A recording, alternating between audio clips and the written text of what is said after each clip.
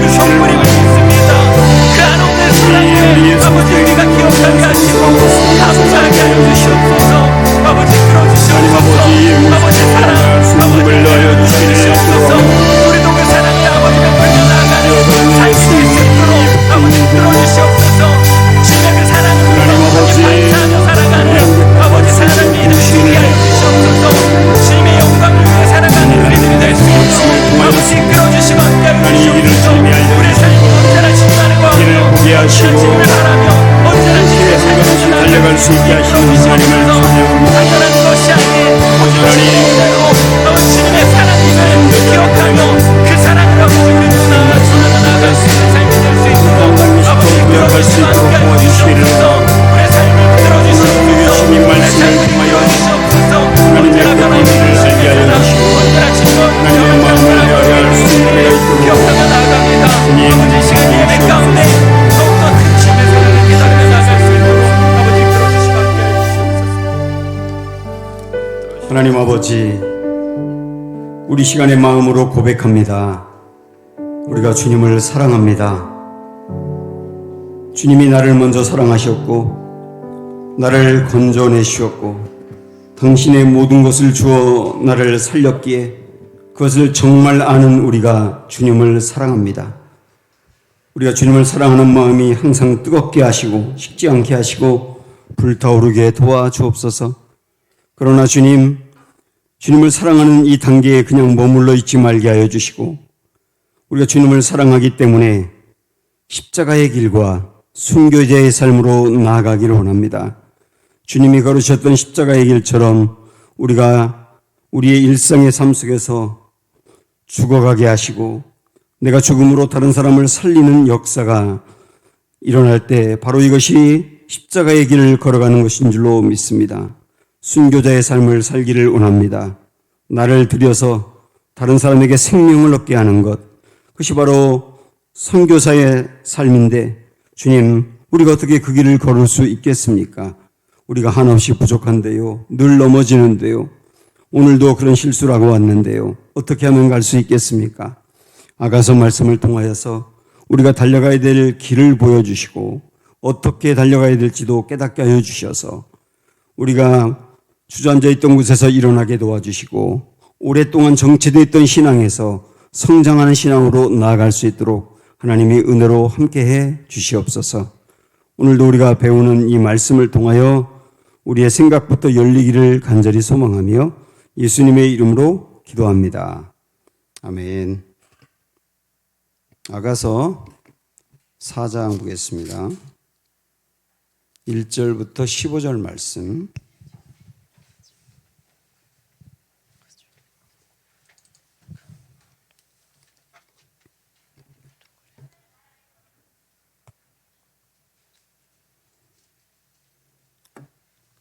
(962쪽)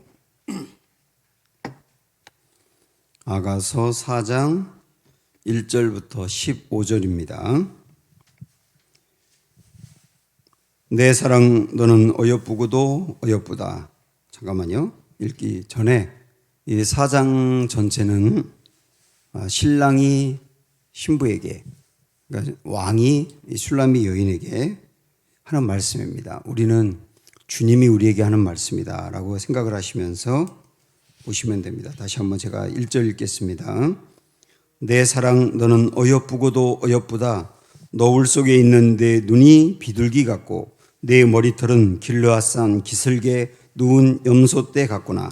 내 이는 목욕장에서 나오는 털 깎인 암양 곧 새끼 없는 것은 하나도 없이 각각 쌍태를 낳은 양 같구나. 내 입술은 홍색 실 같고 내 입은 어여쁘고 너울 속에 내 뺨은 석류 한쪽 같구나. 내 목은 무기를 두려고 건축한 다윗의 망대 곧 방패 1000개 용사의 모든 방패가 달린 망대 같고 내 두 유방은 백합화 가운데서 꿀을 먹는 쌍떼 어린 사슴 같구나. 날이 저물고 그림자가 사라지기 전에 내가 몰약산과 유향의 작은 산으로 가리라. 나의 사랑 너는 어여쁘고 아무 흠이 없구나. 내 신부야 너는 레바논에서부터 나와 함께하고 레바논에서부터 나와 함께 가자. 아마나와 스닐과 헤르몬 꼭대기에서 사자굴과 표범산에서 내려오너라. 내 누이 내 신부야, 네가 내 마음을 빼앗았구나. 네 눈으로 한 번 보는 것과 네 목에 구슬 한 꿰미로 내 마음을 빼앗았구나. 내 누이 내 신부야, 내 사랑이 어찌 그리 아름다운지. 내 사랑은 포도주보다 진하고 내 기름의 향기는 각양 향품보다 향기롭구나. 내 신부야, 내 입술에서 꿀 방울이 떨어지고 내 혀 밑에는 꿀과 젖이 있는 내 의복의 향기는 레바논의 향기 같구나. 내 누이 내 신부는 잠근 동산이요 덮은 우물이요 봉한 세미로구나. 내게서 나는 것은 석류나무와 각종 아름다운 과수와 고벨화와 나도풀과 나도와 번홍화와 창포와 개수와 각종 유향목과 몰약과 침향과 모든 귀한 향품이요. 같이 읽습니다. 너는 동산의 샘이요 생수의 우물이요 레바논에서부터 흐르는 시내로구나. 아멘. 자, 지금 우리가 보고 있는 이 아가서는 하나의 노래인데요. 그냥 남녀가 서로 사랑하는, 하나님이 우리를 사랑하고 우리가 하나님을 사랑하는 그 사랑을 표현하는 그냥 달락달락 떨어져 있는 하나의 그냥 시 형식으로 되어 있는데, 그러나 그렇게 다 떨어져 있는 게 아닙니다. 1장부터 쭉 연결이 되는 거예요. 그래서 1장부터 아가서는 하나의 스토리라고 할 수가 있습니다. 신앙생활이 얼마나 점점 깊어지는지 그 과정과 단계를 다 보여주고 있거든요. 그래서 이 아가서는 정말 깊고 깊은 주님의 말씀입니다. 우리가 그동안에 이제 보았던 말씀을 잠깐 정리하면, 이 아가서는 4단계로 이렇게 성장해 가는 것을 보여준다 그랬잖아요. 제1단계는 내가 주님을 만나서 서로 입맞추는 단계, 뜨겁게 사랑하는 단계, 사랑을 이제 알게 된 거죠. 그 다음에 두 번째 단계로는 사랑할 뿐만 아니라 주님에게 정말 올인하고 싶은 그런 마음이 생기는 단계죠. 그리고 그 다음 단계로는 그 사랑이 굉장히 깊어져서 아주 그 친밀한 그 자체가 되는 거. 그런데 보통 2단계가 되면 그냥 여기에 머물러 있고 싶다 그랬어요. 이게 누리는 게 굉장히 좋기 때문에 여기 머물러 있어서, 지금 3단계 신앙이 굉장히 좋은 분들은 어떠냐면 그냥 말씀과 기도와 예배와 주님과 교제하고 주님 앞에 머물러 있는 거 그 자체가 그냥 좋아요. 다른 거 하고 싶지 않고요. 이게 사실 슐람미 여인은 요 3단계에서 계속 머물러 있었죠. 그런데 4단계로 가야 된다 그랬습니다. 일어나서 나와 함께 가자. 그 4단계는 사명의 단계로 나아가자. 사명의 단계로 가자. 나와 뜨겁게 사랑하는 거 좋다. 근데 여기 머물러 있으면 안 되고 주님이 내게 맡겨주신 사명 붙들고 일어나 달려가야 된다. 여기까지 가는 과정들을 성장하는 것이라고 말씀드렸습니다. 지난 우리가 3장에서 보았던 말씀은 3단계 계속 머물러 있고 싶어하는 슐람미 여인이 결국 4단계로 가자고 권면하는 그 신랑의 그 왕의 요청을 거절했거든요. 당신 혼자 사명 감당하세요. 나는 그냥 여기 당신 사랑하는 단계에 머물러 있고 싶어요. 그러다 보니까 그 다음에는 이 왕을 잃어버렸다 그랬어요.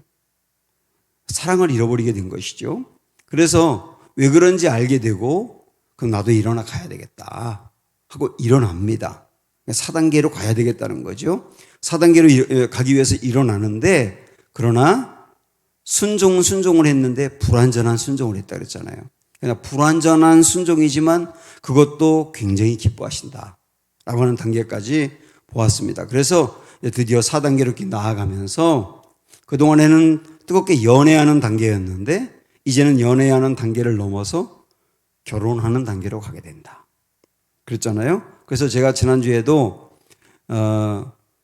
우리가 결혼하는 시점이 있다.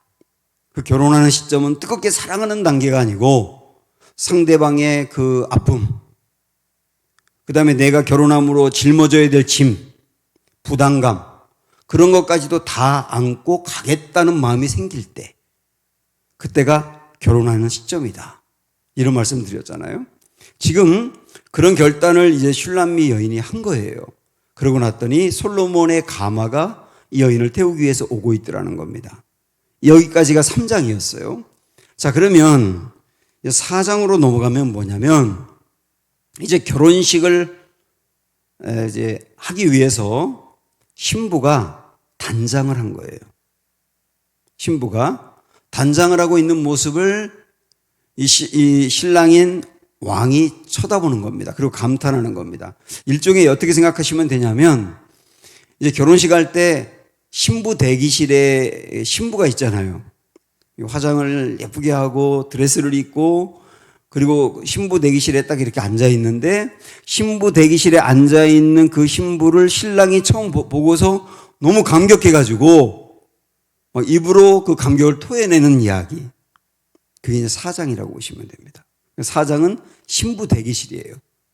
신부 대기실. 그런 이제 의미로 우리가 생각을 하면서 우리가 신랑 되시는 주님, 예수님을 맞이하기 위해서 신부로서 단장을 해야 되는데 신부로서 가장 중요한 단장이 무엇이냐 라고 하는 것을 생각을 해보셔야 됩니다. 전체적인 흐름이 여기 와 있는 거예요. 자, 우리 한번 신부 대기실 한번 가볼까요? 예, 얼마나 이 여인이 이쁜지, 솔로몬이 얼마나 깜짝 놀랐는지. 1절부터 한번 보시면 내 사랑 너는 어여쁘고도 어여쁘다. 너울 속에 있는 내 눈이 비둘기 같고 내 머리털은 길르앗산 기슭에 누운 염소떼 같구나. 눈을 보면서 눈을 막 거의 찬양을 하죠. 그 다음에 머리카락도 그렇게 하고 2절에 보면 내 이는 목욕장에서 나오는 털 깎인 암양 곧 새끼 없는 것은 하나도 없이 각각 쌍태를 낳은 양 같구나. 아주 희다는 겁니다. 내 입술은 홍색 실 같고 내 입은 어여쁘고 너울 속에 내 뺨은 석류 한쪽 같구나. 이번에 4절에는 내 목은 무기를 두려고 건축한 다윗의 망대 곧 방패 1000개 용사의 모든 방패가 달린 망대 같고 목이 길다는 얘기 같죠. 5절에 내 두 유방은 백화파 가운데서 꼴을 먹는 쌍태 어린 사슴 같구나. 이렇게 눈과 머리털과 입술과 혀, 11절에 가면 혀도 이야기하거든요. 이런 그 목도 그렇고 다 이렇게 신체 부위 하나하나를 거의 찬양하는 같은 이런 모습입니다. 그러니까 이 모습을 보면 이 슐람미 여인이 외모가 정말 예쁜가 보다 이런 생각이 들잖아요. 근데 우리는 이미 앞에서 본 것처럼 슐람미 여인은 그 외모가 게달의 장막 같다 그랬어요. 볼품이 없다 그랬습니다. 실제 슐람미는 예쁘지가 않았던 거예요. 그런데 솔로몬은 지금 신부 대기실에 있는 슐람미를 보면서 그 신체 부위 하나하나를 완전히 찬양할 정도로 반해 있거든요. 물론 이것은 정말 사랑하게 되면 일종의 콩깍지가 껴가지고 내 사랑하는 배우자가 정말 그렇게 예뻐 보인다. 이것을 의미하기도 합니다. 문자 그대로 본다면. 그런데 여기서 말하는 눈이라든지 뺨이라든지 목이라든지 입술이라든지 이렇게 묘사하는 거 하나하나는 단지 외모를 말하는 게 아니에요. 외모를 말하는 게 아니라 내면을 말하는 겁니다. 내면의 상태를 외적인 신체 부위로 표현하고 있는 겁니다.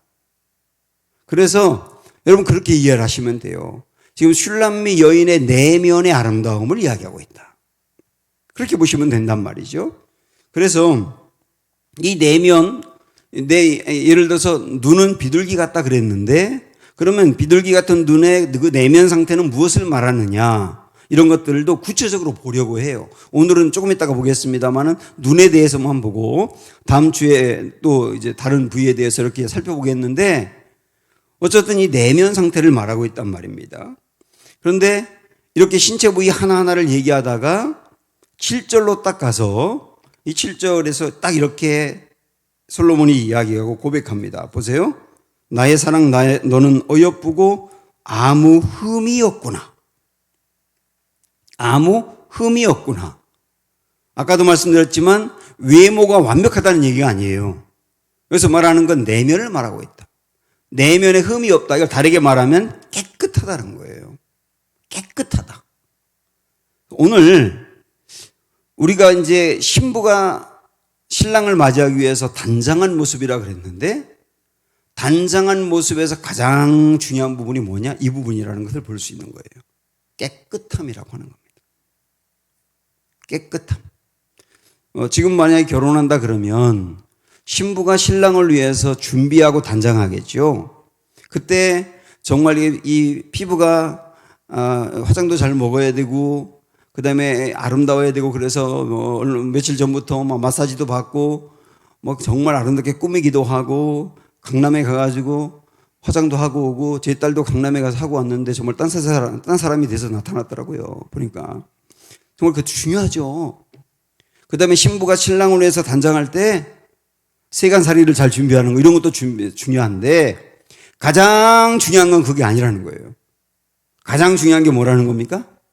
깨끗함이라는 겁니다. 그러니까 우리가 그리스도의 신부로서 그리스도와 내가 결혼하는 단계까지 갈 때, 가장 중요한 건 깨끗함이라고 하는 걸 말하는 겁니다. 깨끗함이라고 하는 거. 그래서 오늘 그걸 우리가 한번 생각해 보려고 합니다. 자, 우리 베드로전서로 한번 가서 보겠습니다. 베드로전서 3장으로 한번 가보세요. 베드로전서 3장.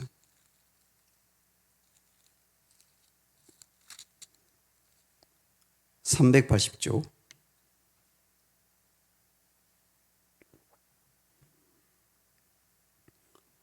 베드로전서 3장 3절 4절. 너희의 단장은 머리를 꾸미고 금을 차고 아름다운 옷을 입는 외모로 하지 말고 오직 마음에 숨은 사랑을 온유하고 안전한 심령에 썩지 아니할 것으로 하라. 이는 하나님 앞에 값진 것이니라. 단장하는데 외모를 단장하는 것보다 썩지 아니할 것으로 단장을 해라. 내면을 단장하라는 것이죠. 그 내면을 단장하라. 여기 이것뿐만 아니라 조금 더 뒤로 한번 가보세요. 요한일서 3장 보십시오. 뒤에 조금 넘기시면 나와요. 요한일서 3장 2절 3절. 2절 3절. 사랑하는 자들아, 같이 읽을까요? 다시 시작. 사랑하는 자들아, 우리가 지금은 하나님의 자녀라.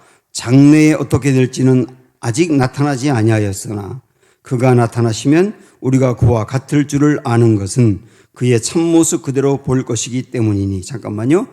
우리가 장래에 우리 미래에 우리가 어떤 모습이 될 거냐? 그리스도와 같은 모습으로 우리가 변화될 거다.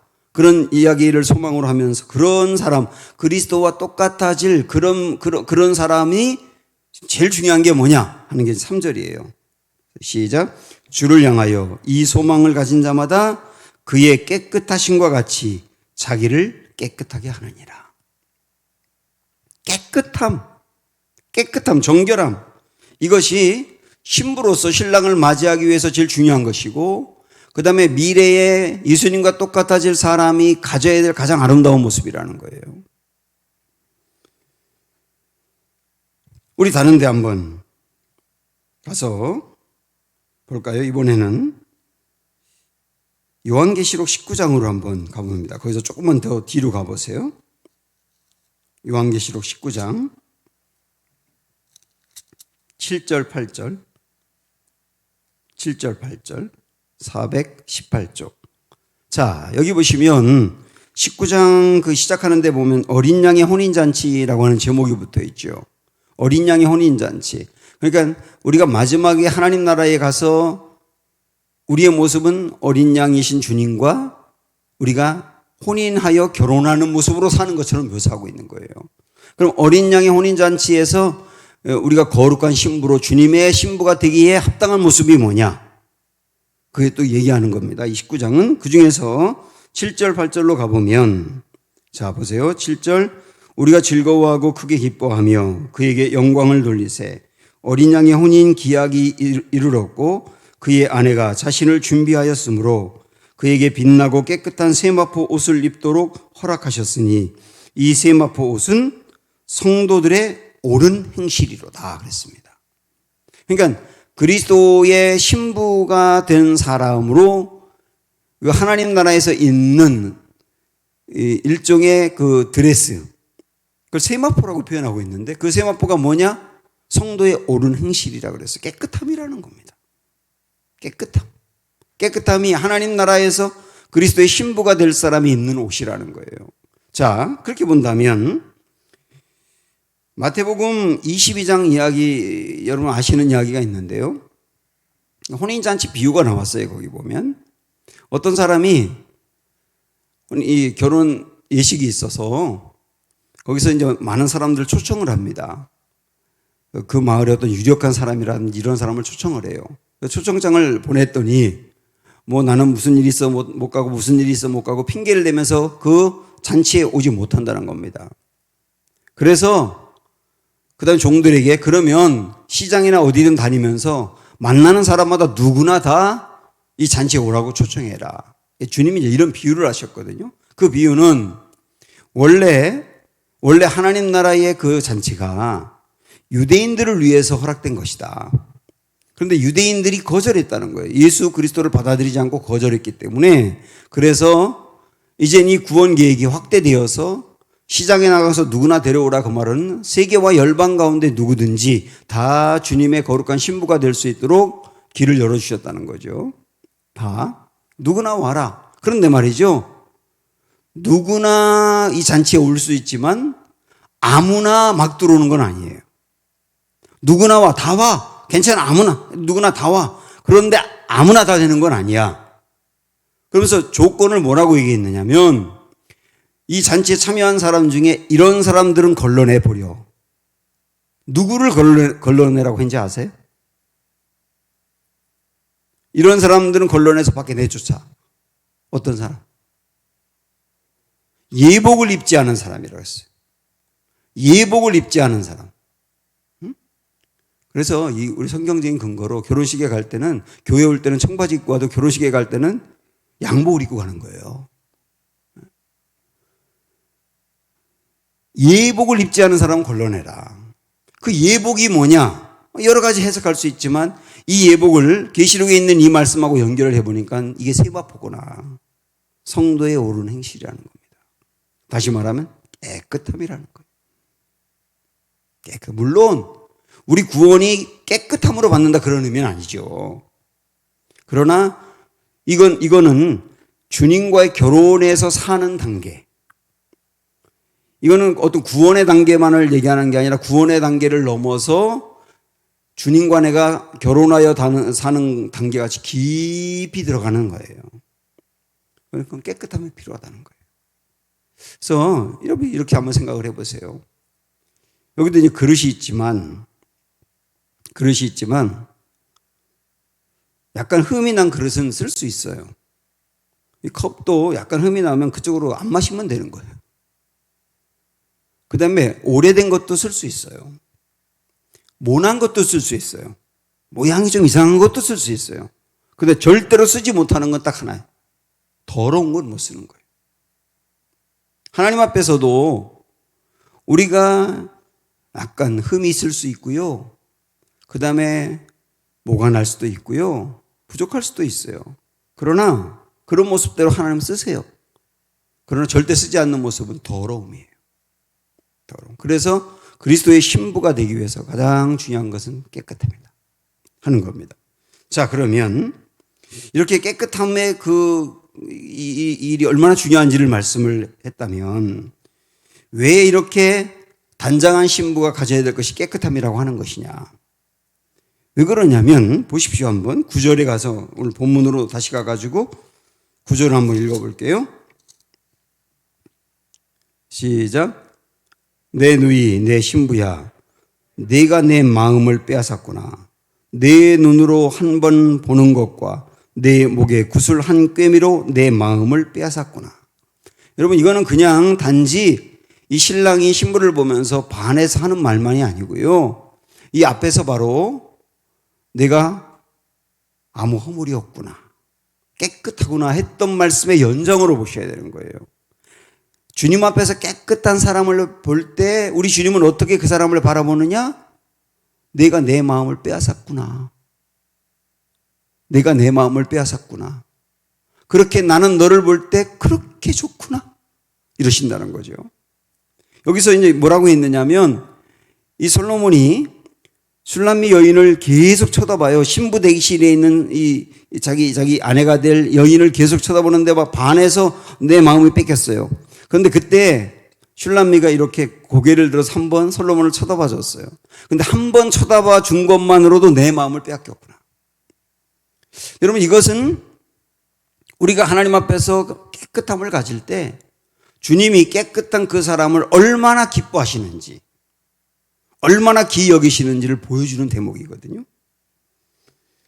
그 다음에 또 이렇게 깨끗한 사람을 이제 부릅니다. 뭐라고 부르는지 지난주에도 이거 잠깐 보았습니다만은, 자 9절부터 보면 내 누이 내 신부야 하고 부릅니다. 내 신부야 하고 불러요. 근데 여기서 9절만이 아니고 10절에도 보면 내 신부야, 11절에도 내 신부야, 12절에서 내 신부는 계속 나옵니다. 8절에서 우리가 안 읽었지만 8절에도 내 신부야라고 나왔었죠. 그러니까 8절부터 12절까지 다섯 절에 걸쳐서 계속 반복적으로 이제는 이 여인을 뭐라고 부르냐면 내 신부야, 내 신부야 라고 부릅니다. 지난주에도 말씀드렸지만 드디어 이전에는 다른 그 온갖 닭살 돋는 그 미사여구를 다 사용해서 이 여인을 불렀었는데 이제 드디어 신부라고 부른단 말이죠. 이젠 진짜 너는 나의 신부가 된 거야.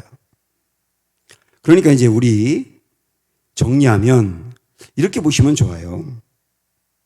그동안의 스토리를 쭉 보면 신앙생활을 해가면서 그리스도의 신부가 되기 위해서 정말 중요한 게 크게 세 가지가 나왔던 거예요. 첫째는 뭐였느냐면 뜨거운 사랑입니다. 주님을 뜨겁게 사랑하는 것. 이 뜨겁게 사랑하는 사람은 주님과 함께 동행하고 주님과 함께 깊은 교제와 친밀한 교제 나누는 것을 정말 중요하게 여깁니다. 그래서 신앙생활에 제일 중요한 건 그거라고 보는 거예요. 그래서 늘 말씀을 가까이 하고 기도하고 그런 교제를 기이 여기는 거예요. 아주 중요한 것이죠. 이게 뜨겁게 주님을 사랑하는 겁니다. 그런데 그 다음에 이거와 함께 또 강조했던 게 뭐냐면 신부가 되기 위해서 부르심의 사명을 감당해야 한다. 뜨겁게 사랑하는 단계만이 아니라 사명을 감당해야 된다 하는 것을 강조했던 거고, 오늘은 거기다 하나 더 추가해서 뭘 강조했느냐면 그리스도의 신부가 되려는 사람에게는 중요한 것은 깨끗함이라고 합니다. 이 세 가지를 강조했던 거예요. 뜨거운 사랑, 사명, 깨끗함. 저는 이렇게 본다면 우리 성도들이 이 세 가지의 균형이 굉장히 중요하다는 것을 알게 됐어요. 이 말씀을 여러분 잘 생각을 해보시면서 이 세 가지가 뜨거운 사랑, 사명, 그리고 깨끗함이라고 그랬잖아요. 자, 이걸 가지고 이스라엘 백성들에게 하나님이 언약을 맺을 때 출애굽기 19장에서 시내산 언약이라는 걸 맺지 않습니까? 이스라엘 백성들이 시내산까지 왔을 때 하나님이 이스라엘 백성들과 계약을 맺는데 그 계약의 포인트가 세 가지였어요. 주님이 뭐라고 그러냐면 너희는 나의 소유가 되고 제사장 나라가 되고 거룩한 백성이 될지라 그렇게 말씀했거든요. 그거하고 연결을 한다면 뜨겁게 주님을 사랑하는 사람은 주님의 소유가 된다는 거예요. 원래 뜨겁게 사랑하는 관계는 서로의 소유가 되는 거거든요. 그 다음에 제사장 나라가 된다는 것은 뭐냐면 사명을 감당한다는 거예요. 너희가 나를 뜨겁게 사랑하는 나의 소유가 될 뿐만 아니라 이제는 제사장 나라가 되어서 다른 나라를 하나님께로 이렇게 연결하는 중보의 사명을 감당해야 돼. 그게 너희에게 주는 사명이야, 이런 얘기죠. 그러니까 주님을 뜨겁게 사랑하는 것만이 아니라 제사장 나라 사명도 감당해야 돼. 그게 너희를 부른 중요한 이유야 라고 말씀하는 거예요. 그리고 세 번째가 뭐냐면 거룩한 백성이라고 말씀하신 거예요. 깨끗해야 된다. 하나님 앞에서. 이게 시내산 언역의 포인트였단 말이죠. 하나님이 이스라엘 백성들에게 원하는 게 뭐냐? 이 세 가지. 나의 소유가 되고 제사장 나라가 되고 내 거룩한 백성이 될지라. 이 세 가지 균형. 어떤 목사님들은 첫 번째 뜨겁게 주님을 사랑하는 것에 거의 모든 초점을 두고 설교를 하세요. 주님과 동행하는 거, 주님과 친밀한 거, 이게 전부라고 말씀을 하는 분도 있고, 어떤 분들 또 어떤 선교단체 같은 경우는 사명 감당하는 거에 모든 초점을 두고 말씀을 전하세요. 사명 감당에다 사명 감당한다. 그럼 나가서 막 말씀을 전하고 복음을 전하고 그리스도의 사랑을 전하고 이 일을 해야 된다. 주님의 일을. 거기에 초점을 두고 말씀을 전하기도 하고요. 어떤 분들은 죄를 짓지 않고 깨끗하게 사는 것을 강조하기도 해요. 그런데 이 세 가지는 그리스도의 신부가 되려는 우리에게 균형이 있어야 된다. 이 세 가지의 균형. 이걸 오늘 말씀으로 지금까지 들어온 말씀과 함께 정리해 주고 있는 거예요. 주님이 그걸 굉장히 기뻐하신다. 자, 깨끗한 사람에게 깨끗한 사람을 보면서 주님이 그 사람을 그렇게 기뻐하신다. 그래서 우리는 깨끗해야 된다. 그 깨끗한 그 사람을 보면서 너는 나의 신부야 라고 주님은 부르고 싶어 한다는 거예요. 그리고 또 하나가 있어요. 이런 호칭 중에 우리가 신부라는 호칭만 봤지만 신부하고 붙어 나오는 또 하나의 호칭이 뭐였느냐면 9절 보면 뭐라 그랬어요? 내 누이라고 했어요. 내 누이.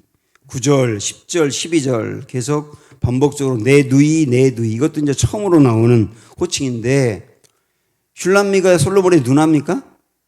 연상인가요? 연상이라는 의미인가요, 이게? 왜 내 누이라고 갑자기 그럴까요?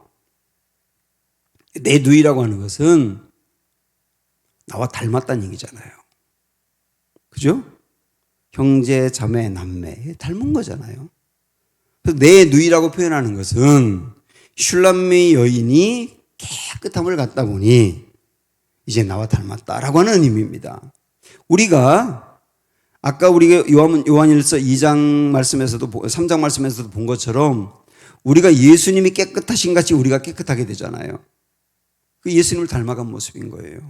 깨끗함은 예수님을 닮아간 모습이다. 그래서 그런 사람들을 보면서 너 나 닮았구나 라고 하는 의미로 내 누이야 라고 주님이 부르고 싶을 만큼 좋아한다는 거죠. 그래서 우리는 깨끗해야 한다 라고 하는 것을 다시 강조합니다. 자, 그러면 이제 이 슐람미 여인을 보고 솔로몬이 그 신체 부위 하나하나를 거의 찬양하듯 높였다 그랬잖아요. 칭찬했다 그랬잖아요. 그게 굉장히 중요한 내면을 포함하는 거다. 그게 내면을 말하는 거다. 그래서 이것을 그냥 지나갈 수가 없습니다. 그래서 우리 이 내면의 상태가 어떤 모습일 때 정말 기뻐하는 모습인지 이걸 우리 알기 위해서 하나하나 보려고 하는데 오늘은 그 중에서 눈 하나만 보려고 합니다. 눈. 주님이 기뻐하는 눈. 주님이 기뻐하는 내면의 눈이죠. 그걸 알기 위해서 주님이 기뻐하지 않는 눈을 먼저 보고 가는 게 좋을 것 같아요. 주님이 기뻐하지 않는 눈은 무엇이냐?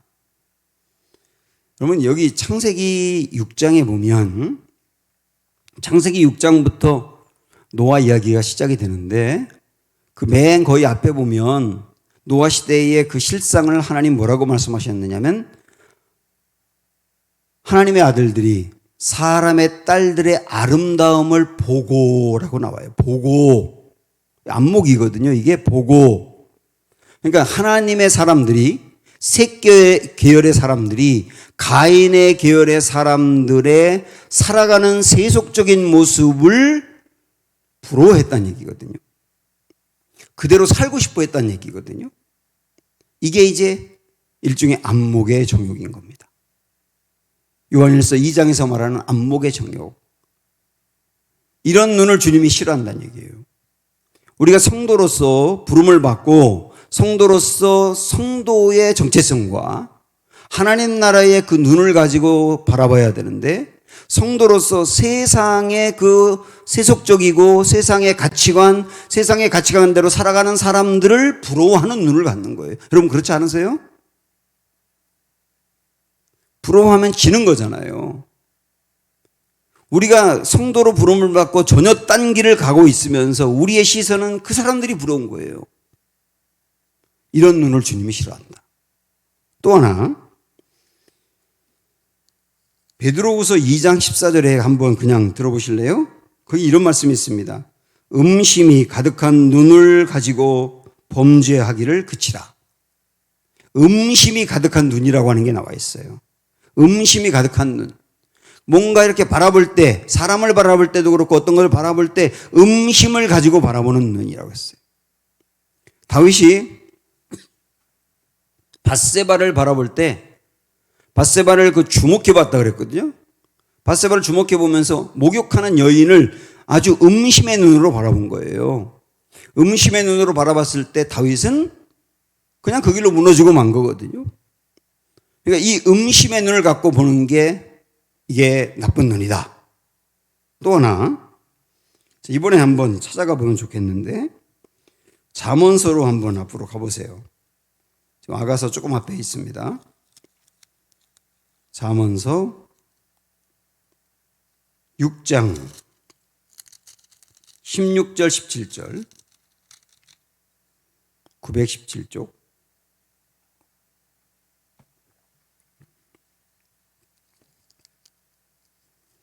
16절 17절 시작. 여호와께서 미워하시는 것 곧 그의 마음에 싫어하시는 것이 67가지이니 이렇게 말씀합니다. 그 다음 보기 전에 이거 한번 생각해 보고 하세요. 하나님이 미워하는 거. 하나님이 사람을 미워하진 않아요. 그러나 그 사람의 모습을 미워하긴 한단 말이에요. 하나님 미워하는 거, 마음으로 싫어하는 것이 67가지가 있는데 그 중에 첫 번째만 딱 볼게요. 그 다음 절 뭐라고 그랬습니까? 17절에 교만한 눈이라고 말했어요. 교만한 눈. 교만한 눈. 이 교만한 눈이라고 하는 게 뭐겠습니까? 이 교만한 눈 그러면 예를 들어서 말씀드릴 수 있어요. 창세기 9장에 노아의 세 아들 중에 함이 아버지가 벌거벗 술에 취한 상태로 하체에 옷을 다 벗고 벌거벗은 채로 자고 있는 것을 보았거든요. 그것을 쳐다봤어요. 이렇게. 그게 교만한 눈인 거예요. 그냥 쳐다본 게 아니라 아버지의 부끄러운 모습을 그냥 본 게 아니라 아버지의 허물을 탓하면서 본 거거든요. 그게. 왜 아버지가 자녀들이 있는데 추태를 부리는 거야? 왜 아버지가 하나님을 믿는다 하면서 저런 모습을 보이는 거야? 라고 바라보는 그 눈이었거든요. 그게 교만한 눈이란 말입니다. 다른 사람을 자기의 잣대로 그 허물을 비판하면서 보는 눈. 이게 교만한 눈입니다. 교만한 눈, 다른 사람의 허물을 비판하면서 보는 것은 내가 옳다고 생각하기 때문이거든요. 내가 옳다고 생각하기 때문이고 그 사람 틀렸다고 생각하기 때문에 그런 눈으로 바라보는 거예요. 그걸 총칭해서 교만한 눈이라고 한다. 성경에서는 이런 눈은 하나님이 싫어하는 눈이다. 그러면 하나님이 기뻐하는 눈은 뭘까요? 이제는 우리 오늘 말씀으로 오셔서 딱 이겁니다. 4장 1절. 내 사랑 너는 어여쁘고도 어여쁘다. 너울 속에 있는 내 눈이 비둘기 같고 그랬습니다. 하나님이 기뻐하는 눈은 어떤 눈이냐? 비둘기 같은 눈. 비둘기 같은 눈은 어떤 눈일까요? 비둘기 눈 동그랗던데? 동그란 그런 눈? 여기서 비둘기 같은 눈이라고 하는 건 전에도 제가 한번 말씀드렸는데 비둘기의 특징이 뭡니까? 비둘기는 절대로 두 여자하고 살질 않아요.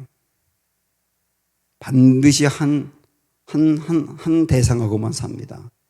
그리고 죽잖아요. 절대 재혼하지 않는데요. 평생 그냥 혼자 산대요. 이 비둘기. 하나만 보는 거, 하나만. 딱 하나만. 섞이지 않고 하나만. 비둘기 같은 눈이라고 하는 말은 슐람미 여인이 오직 솔로몬만 본다는 겁니다. 이게 우리 개념으로 비둘기 같은 눈을 가진 분은 누구냐면 주님을 오직 주님 한 분만 보는 거예요. 오직 주님 한 분만. 이게 비둘기 같은 눈이다. 여러분 눈이 비둘기 같기를 바랍니다. 주님 한 분만 바라보는 눈. 이게 주님이 기뻐하는 눈이다. 그 내면 상태, 신앙 상태를 그렇게 묘사하는 거거든요. 이런 사람이 되어야 하는데, 이렇게 깨끗한 사람이 되어야 되는데, 우리는 알아요. 우리는 늘 넘어지고 부족하다는 것. 그래서 주님의 은혜가 필요한 거죠. 제가 이번 주 새벽기도 드렸던 말씀 중에 사무엘상 24장을 보니까 다윗이 사울을 죽일 수 있는 결정적인 기회가 왔거든요. 결정적인 기회가 와서 그 사울을 죽이면 자기의 고난이 끝나고 광야가 끝나고 왕이 될지도 몰라요. 결정적인 기회가 왔는데 내가 하나님의 기름 부음 받은 사람을 죽일 수 없다. 그래서 옷자락만 살짝 베고 옷 살짝 베인 것도 나중에는 회개하거든요. 얼마나 깨끗합니까? 원수를 갚지 않고 용서하는 이 아름다운 모습. 그게 사무엘상 24장이더라고요. 그런데 그 다음 25장으로 딱 넘어가니까 전혀 다른 다윗을 보는 거예요.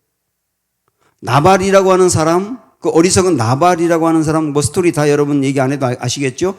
그 나발이라고 하는 사람이 다윗을 무시하자 다윗이 자존심이 상해가지고 완전히 분노가 극에 달했어요. 400명의 병사들을 데리고 나발을 죽이러 가요. 먹을 거 달라고 그러는데 안 줬거든요. 모욕하면서.